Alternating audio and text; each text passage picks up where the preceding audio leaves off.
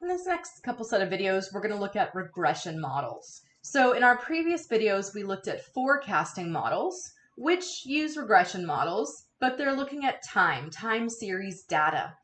And we did talk about associative models, which are a form of regression, where we had one predictor variable.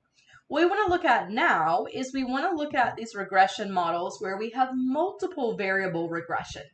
The idea here is that we have more than one predictor or independent variable. For example, we're going to look at the penguin data that we talked about in Google Cloud and you've looked at in some previous videos. And here we want to look at, can we predict the probability that something is a particular penguin based on, if we look at, I'm just going to exit out here. We'll go into this data set in a moment. But we can look at bill length, bill depth, flipper length, body mass, and so on. So we can have more than one variable to help predict the outcome. So we have multiple variable regression as opposed to that associative model where we were simply looking at one particular variable. Now, when it comes to that multiple variable regression, we have different types of generalized linear models. So all of these assume some kind of underlying linear relationship when we're looking at the different relationship between the variables. But the different types of generalized linear models depends on what you're trying to predict. What is the dependent variable? In logistic regression, we're predicting the probability of an event. So for example, what's the probability that we have a certain type of penguin? In Poisson regression, we are looking at count. So we're predicting a number, which has to be an integer. And then we're looking at linear regression, where we have measurements, where there can be fractions in the prediction. So we're going to look at these three types of generalized linear models. In all of these models, we assume no multicollinearity. Multicollinearity is when your predictor or your independent variables are highly correlated. So we want the variables that we choose to both be statistically significant in predicting whether we're predicting an event, counts, or measurement, but we also want those independent variables to truly be independent of each other. So we're assuming that there's no correlation between them, and of course we can check that by calculating that correlation Pearson product moment, or we can look at Spearman rank to assure that we don't have multicollinearity. All right, let's take a look at the first type of regression. So we're going to do some logistic regression. And if you are working along with us, you will find this at drstephpowers.github.io/BIA. And here we're in prescriptive analytics. What should the organization do? And so we are doing some regression, some multivariable models here. Now, when it comes to regression, of course, it's highly related to our forecasting. So, of course, it can be predictive analytics, what is going to happen. But we can also use this regression models to help us understand what should we do.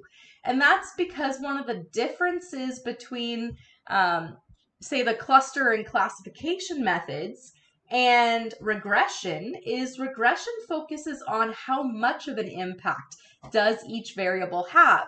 So rather than the black box of just predict the penguin, we want to know how much the flipper size has an impact on the probability that it is a penguin. So this helps us understand as an organization what we should do because we understand the relationship between these different variables. Now, you can't change the length of a penguin, but if we're looking at our regression models in terms of predicting stock prices, if we know how much influence different variables have on the stock price, then we can focus our efforts on those other variables to help impact the stock price. So we're putting regression here under prescriptive analytics because the focus here is often on the how much impact the variables are having, as opposed to the classification and cluster methods where we're simply trying to identify what group or that they belong to, right? So this is what the cluster and classification, we use the variables to get that outcome, but here we're looking at the kind of in-depth how much impact it's having. Sorry, I'm not explaining that very well. All right, so let's go in. logistic regression. Okay, so to do logistic regression, we're going to use two different methods for logistic regression, so you can kind of see the difference between different packages in terms of what you're able to accomplish. So we're going to start by importing pandas as PD and numpy as NP, right? We use those all the time, so it's always just good practice to just load them in first. We are using the Palmer Penguins dataset, which you can install here. So just do a pip install Palmer Penguins. And then from Palmer Penguins, let's load in the penguins. And we're going to call it penguins. We can look at the top of the table here by just calling penguins.head. Remember, that shows you the first 5 rows. So a little on the slow side here. Let's load her in. And we can see this table here. So we can see the different species of penguins. And what we're going to be doing is creating a logistic regression that is trying to predict the species. And here we're going to make it the Adelie penguin. So we're actually going to have to create a new variable that is specifically a one-hot encoding. The idea here is that we are creating a column. I'll just show you where we're going. We're going to create a column here that is 1 if it's an Adelie penguin, 0 if it's everything else. This data set also has Gentoo and chinstrap penguins in it. Those we're all going to code as 0 for this column here because our model is to identify the Adelie penguin. If you want to create a model to identify the Gentoo penguin, we need to create a column that is 1 for Gentoo. So we are going to use the code we've seen before, which is we are going to basically create a second column. This is going to be called Adelie. It is going to first just mimic the column called species, and then we can use replace to make Adelie 1, Gentoo 0, and chinstrap 0, and then we're just doing it in place in that new column so we can keep the old species as is for later use, but we'll just change the one that we've made the duplicate of. Okay. So we now have this column that says Adelie, and 1 if it is, and 0 if it is not.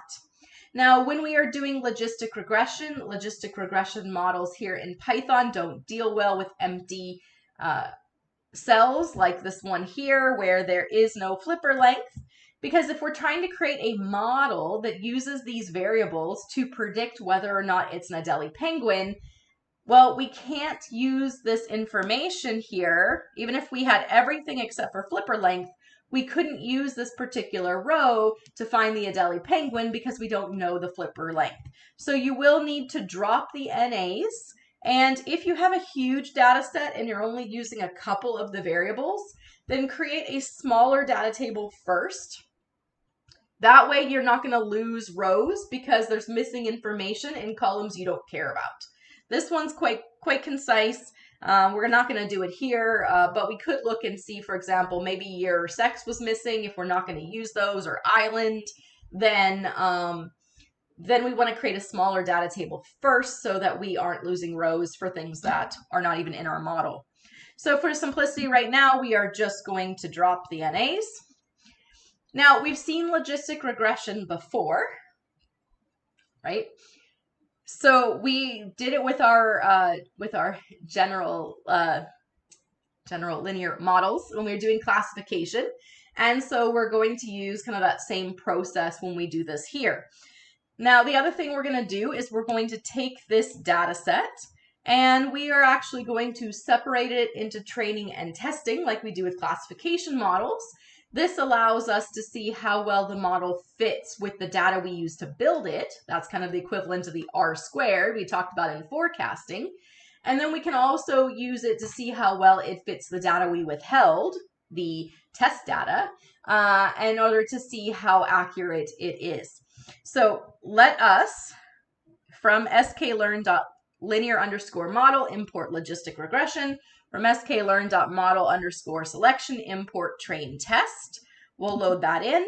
We'll use our train test split to take the variables build length, build depth, and flipper length. So we'll start with just those 3. There is a 4th one we haven't included at the moment, which is body mass. And what we're going to do is try to predict this column here, whether or not it's an Adelie penguin. We're going to have a test size of 20%, so we'll do 80 train, 20% test.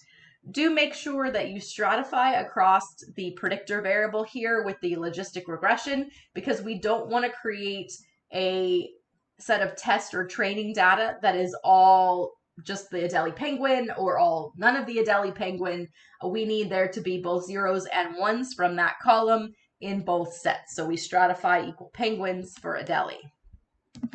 And then it's the same process we followed with the classification models, which is we call the model, we fit the model, and then we predict. So we're doing logistic regression here. LR equals logistic regression. We're going to fit the model on our training data, so X train, Y train. And then we can take that testing data and we can see how well that data does in terms of predicting whether or not it's an Adelie penguin. Okay. Now, with regression, what we care about is the actual formula itself. So what we need is we need the coefficients and the intercept. So we'll have it pull these for us. Okay. Now, what we've done is we've created a Logit model. And so this Logit model, it looks at the probability of the Adelie divided by 1 minus the probability of the Adelie. And then it comes out with this linear model here of B0, that's the intercept, plus B1, that's the first coefficient, times whatever your first X was, which is bill length, plus B2, which is the second coefficient, times X2, which is the bill depth, plus B3, which is your third coefficient, times that third variable, flipper length. All right, what does all of this mean? Well, for example, if the first coefficient was negative 14521,207, which, you know, when I run this, you get different tests, different training data sets, so you're going to get slightly different unless you put that random state in. And so in that case, if we did here, I'm just going to pull up a calculator so we can do the new numbers as well.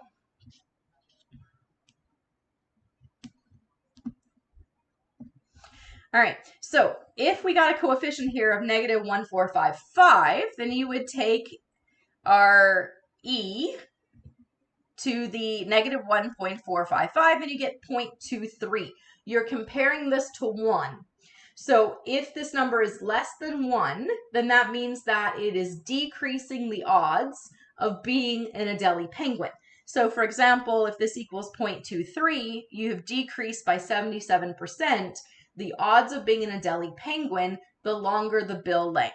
And in this particular case here, where we have the number negative 4,1, what we do is we take,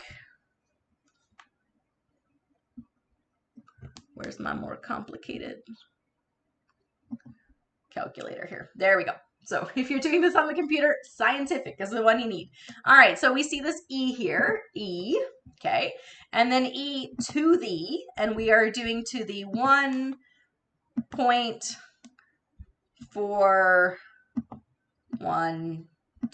and that number is negative. So we do that and we get 24% or 0.24. So 1 minus 0.24. And we get 0.76 or a 76% decrease in the odds of being an Adelie penguin the longer the bill length. Okay, our second coefficient here is 1.914. So we would do E to the 1.9147, however much you want to put in there. We get 6.78. And so what does that mean? Well, you are comparing it to 1. So what that is a 578% increase with the longer bill depth. Okay, so this one has a big impact on the odds of being an Adelie penguin. In my previous run, the number was 1.849, which gets 6.36. Subtract the 1 because you're comparing it to 1. It's a 536% increase. And then the last piece here, our coefficient in our case is 0.056. So we do E to the power of 0.05631.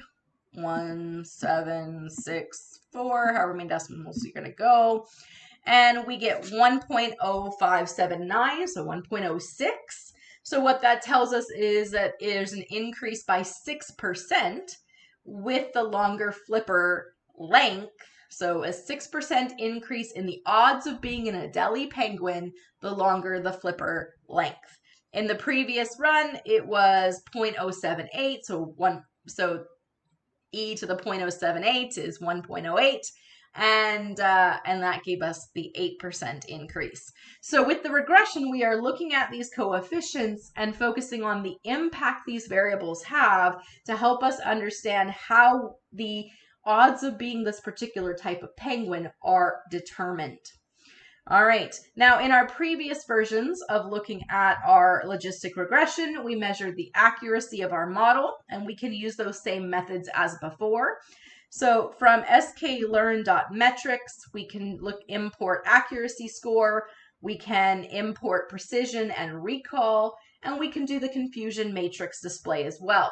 So these are the same ones we used in our classification models when we were looking at that general linear model for binary classification, because this is kind of the same thing, but here our focus is on the impact of these different variables. So in this case, the accuracy in this particular run is high, 100%. Our recall score is 100%, and our precision score is 100%. So we've actually correctly identified every penguin. And so when we look at our confusion matrix using the same code as before, so confusion underscore matrix, y test and y predict, and then we're plotting that, then you can see here we have none that were predicted to be an Adelie that were not. Okay, so that would be the false positives, and here we have predicted to not be an Adelie when it was the false negatives. So in this particular case, we were able to accurately identify every penguin in this particular model. So it looks like, maybe we didn't really need that fourth variable after all in order to improve the model. The other thing we want to do that you cannot get from this particular approach is we do want to know if the variables themselves are statistically significant, because not always will your model be 100% accurate. And I have a number of examples we're going to go through momentarily where the accuracy is much lower. So we want to know if the variables we chose, these three variables here, really help us at all in predicting the odds of being an Adelie penguin. Maybe the variables we chose really don't help at all. Okay, so the challenge with this particular method, the one that matches what we did in the classification, is we do not get the test to determine if the variables themselves are statistically significant in predicting the probability of this type of penguin. So what we're going to do is we're going to use a different package called statsmodel.api, and we'll just call it SM for short, for statsmodel. And in that statsmodel.api, what we're going to do is we're going to build a Logit model using that stats model. And we're going to use that same Y-train, X-train data. We are going to call the model and fit the model. As we've talked about previously, you can make this two separate lines, call the model, then fit the model. You want to be more efficient with your code, we can put them together in one line. So we're going to call this Logit regression here. We're going to use the Logit model, because remember, when you have the odds of being a Adelie penguin, that is a Logit. Okay.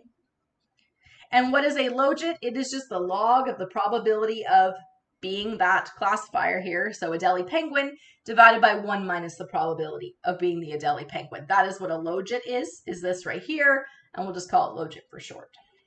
Okay. So call the model, fit the model, and then what we want to do is we want to do a summary statistics here.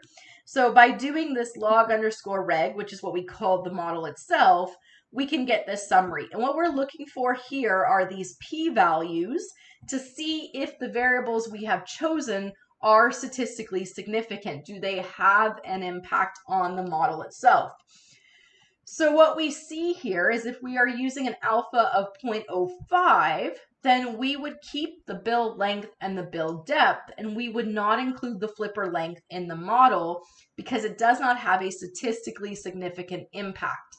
Now it has a p-value of 0.065, so if you are doing a alpha of 0.1 instead, then you would keep it there. So you can see it has a weak significance when we look at this. So what we want to do is we want to look here and look at whether or not to keep the variables in our model. The other thing we can look at is this R squared here, which is how much of the variability in the data is explained by the model. Well, 96% of the variability in the data is explained by the model, which is why when we looked at the model before, we had such high accuracy, no false positives, no false negatives, or if you rerun it, you have a very small number of false negatives and false positives, because we are able with these variables to capture all of the variation in the data set. And that may not always be the case. So if you have a low R squared, you want to look at perhaps we need some different variables to help explain what is happening. And so we look at the statistical significance of these variables to determine whether or not we keep them in the model or whether we exclude them.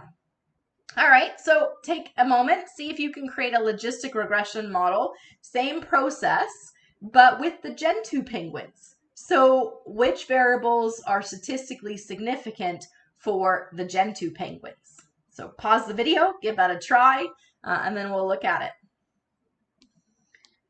So we can follow the exact same process, the exact same thing that we just did, the difference being that instead of going with a variable that is whether or not is an Adelie penguin, what we want to do is we want to repeat the process, but we want to create a column called Gentoo.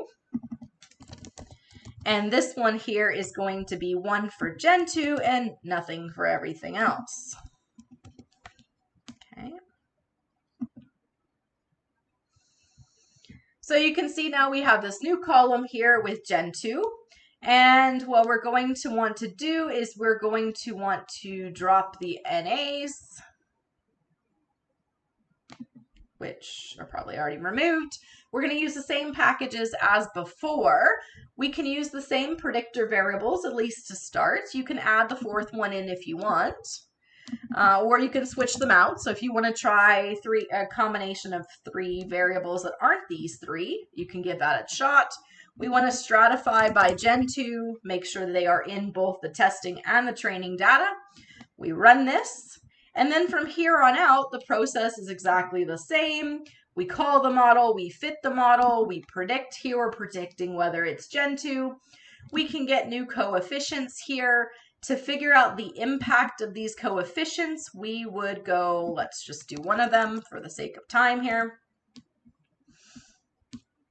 Okay, we want our scientific calculator. We want e to the power of, and then that first coefficient here is 0.1029. We get 1.108, so 1.11, which means that the odds of being a Gentoo penguin increase by 11% the longer the bill length for the penguin. So you can see we take these coefficients, we do e to the power of, and then we are going to find those values, and that's going to give us the percentage impact. So e to the power of. Okay. We could look at, in this case, how accurate this model is with the test data. It looks like this one is able to accurately identify all of the Gentoo penguins. No false positives, no false negatives. We use our stats model API, which we've already imported here. And we are going to then create our Logit function.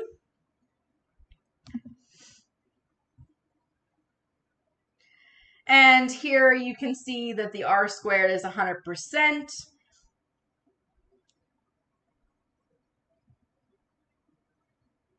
Make sure it's lined up properly here.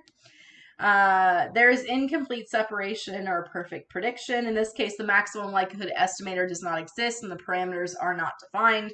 So it had a problem here in terms of using the method with this particular group here in terms of how accurate that model was.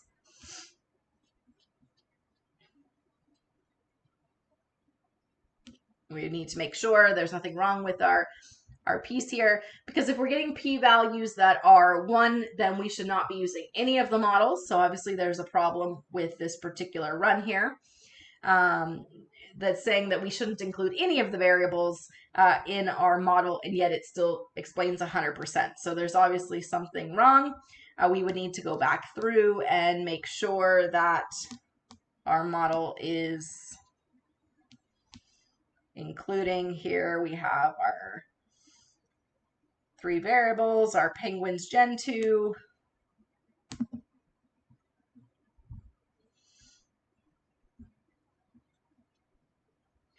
and our Y train, X train, maximum likelihood optimization failed.